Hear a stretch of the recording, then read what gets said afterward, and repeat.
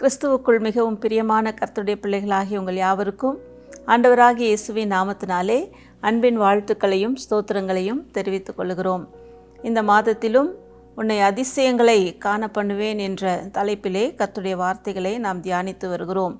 மீகா புஸ்தகத்திலே 7ஆம் அதிகாரம் 15ஆம் வசனத்திலே, நீ எகிப்து தேசத்திலிருந்து புறப்பட்ட நாளில் நடந்தது போலவே உன்னை அதிசயங்களை காண பண்ணுவேன் என்ற அந்த வசனத்தின் அடிப்படையிலே கர்த்தர் தம்முடைய ஜனங்களை எகிப்திலிருந்து புறப்பட்ட அந்த நாளிலே என்னென்ன காரியங்கள் எல்லாம் நடந்தது என்று சொல்லி நாம் தியானித்து வருகிறோம். கடந்த வாரத்திலே நாம் தியானித்தது போல எகிப்திலே புறப்பட்ட நாளிலே கர்த்தர் தம்முடைய ஜனங்களை கம்பீர சத்தத்தோடு அவர் புறப்பட பண்ணினார் என்று சொல்லி நாம் பார்த்தோம்.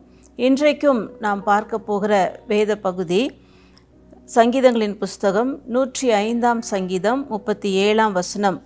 அப்பொழுது அவர்களை வெள்ளியோடும் பொன்னோடும் புறப்பட பண்ணினார், அவர்கள் கோத்திரங்களில் பலவீனப்பட்டவன் ஒருவனும் இருந்ததில்லை என்று சொல்லி இந்த வசனத்திலே நாம் பார்க்கிறோம்.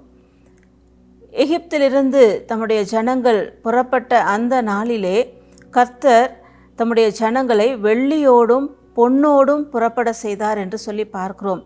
அதுவரை கர்த்தருடைய ஜனங்களுடைய வாழ்க்கையிலே ஒரு வெறுமையான ஒரு சூழ்நிலை, ஒன்றுமில்லாத ஒரு சூழ்நிலை காணப்பட்டதை நாம் பார்க்கிறோம். ஆனால் ஒரே ராத்திரியிலே அவர்கள் எகிப்தியருடைய பொன்னையும் வெள்ளியையும் அவர்கள் கேட்டு வாங்கி அவர்கள் வெள்ளியோடும் பொன்னோடும் புறப்பட்டார்கள் என்று சொல்லி அந்த இடத்திலே நாம் பார்க்கிறோம்.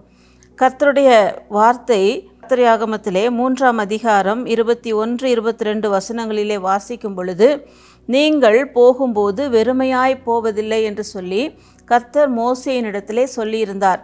கர்த்தர் தம்முடைய ஜனங்களை இந்த அடிமைத்தனத்திலிருந்து, அடிமைத்தன வீடாகிய எகிப்திலிருந்து நான் கூட்டிக் கொண்டு போகும் பொழுது அல்லது நாம் புறப்பட பண்ணும் பொழுது அவர்கள் வெறுமையானவர்களாக அவர்கள் போவதில்லை என்று சொல்லி மோசேயோடு கூட கர்த்தர் சொல்லியிருந்தார்.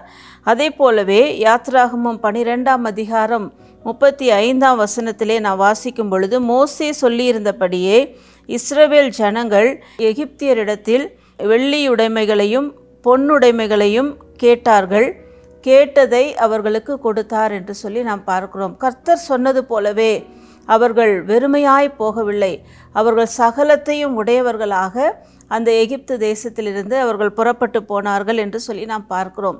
ஆம் பிரியமானவர்களே, வெறுமையாய் இருந்த அவர்களுடைய வாழ்க்கையிலே மிகுந்த கூக்குரல், மிகுந்த வேதனையோடு கூட வாழ்ந்த சூழ்நிலையிலே, குறிப்பாக அடிமைகளாக வாழ்ந்திருந்த அந்த மக்கள் அந்த அடிமைத்தனத்திலிருந்து கர்த்தர் விடுதலையாக்கி அந்த தேசத்திலிருந்து அவர்கள் புறப்படும் பொழுது அவர்கள் வெள்ளியையும் பொன்னையும் உடையவர்களாக அவர்கள் கடந்து சென்றார்கள் என்று சொல்லி நாம் பார்க்கிறோம். இன்றைக்கும் இந்த வார்த்தைகளை கேட்டுக்கொண்டிருக்கிற உங்களுடைய வாழ்க்கையிலும் நீங்கள் வெறுமையான ஒரு சூழ்நிலையிலே நீங்கள் காணப்படுகிறவர்களாக இருந்தால் கர்த்தர் உங்களுக்கும் அதே அதிசயத்தை அன்றைக்கு எப்படி எகிப்திலே புறப்பட்ட நாளிலே நம்முடைய ஜனங்களுக்கு ஆண்டவர் அதிசயங்களை காண செய்தாரோ அதை போலவே இன்றைக்கும் உங்கள் வாழ்க்கையிலே கர்த்தர் அதிசயமான காரியங்களை காணும்படி அவர் நிச்சயமாய் செய்வார். உங்களுடைய வாழ்க்கையிலே நீங்கள் வெறுமையோடு இருக்கிறீர்களா,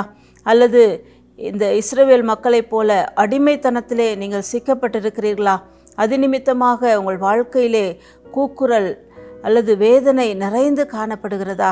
இன்றைக்கு கர்த்தருடைய வார்த்தை உங்களுக்கு நேராக கடந்து வருகிறது, உன்னை அதிசயங்களை காண பண்ணுவேன் என்று சொல்லி.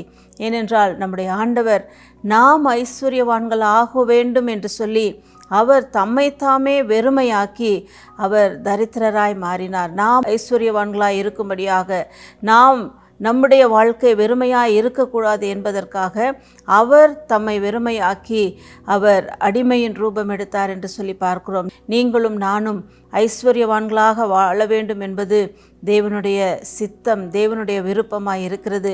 ஆகவே நிச்சயமாய் வெறுமையான உங்கள் வாழ்க்கையை கர்த்தர் மாற்றி உங்களையும் ஆண்டவர் எல்லா ஆசீர்வாதங்களும் நிறைந்த ஒரு வாழ்க்கை வாழ கர்த்தர் உங்களுக்கு உதவி செய்வாராக. சங்கீதம் 105:24 நாம் பார்க்கும் பொழுது, அவர் தம்முடைய ஜனங்களை மிகவும் பலுக பண்ணி அவர்களுடைய சத்துருக்களை பார்க்கிலும் பலவான்களாய் மாற்றினார் என்று சொல்லி நாம் வாசிக்கிறோம். உங்களுடைய வாழ்க்கையிலும் உங்களுக்கு விரோதமாய் எழும்புகிற சத்துருக்களுக்கு முன்பதாக, சத்துருக்களுடைய கண்களுக்கு முன்பதாக கர்த்தர் உங்களை ஆசீர்வதித்து உங்களை உயர்த்தி சத்துருக்களை பார்க்கிலும் நீங்கள் பலவான்களாய் மாறும்படியாக கர்த்தர் கிருபை செய்வாராக. அன்றைக்கு எகிப்து தேசத்திலே புறப்பட்ட நாளிலே நடந்தது போலவே, தம்முடைய ஜனங்களுக்கு நடந்தது போலவே இன்றைக்கும் உங்கள் வாழ்க்கையிலும் கர்த்தர் அதிசயங்களையும் அற்புதங்களையும் காண உதவி செய்வாராக. கண்களை மூடி ஜெபிக்கலாமா? எங்கள் அன்பின் பரலோக பிதாவே, ஆசீர்வதிக்கப்பட்டதான இந்த நேரத்திற்காக உமக்கு நாங்கள் நன்றி செலுத்துகிறோம்.